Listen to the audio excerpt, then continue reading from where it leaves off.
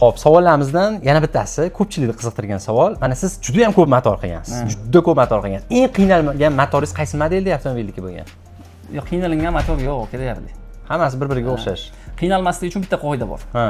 Yodlov asosida ish qilmaslik kerak. Ha, shablon bo'yicha. Ya'ni doimiy bitta mashinani ko'rib yurgan kishi yangi mashina keladigan bo'lsa, ikkilanib qoladi.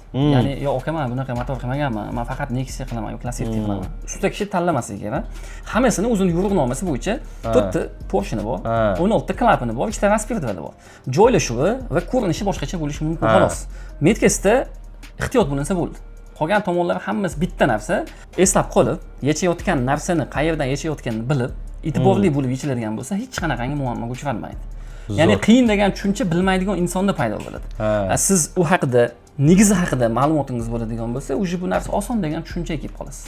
To'ppa-to'g'ri ko'ryapsizlar, qiziqarli ketyapti deb o'ylayman. Menimcha shogird ukalarga, yoshlarga, ukalarimizga maslahat, miyaga tormoz, ostanovka qo'yaman.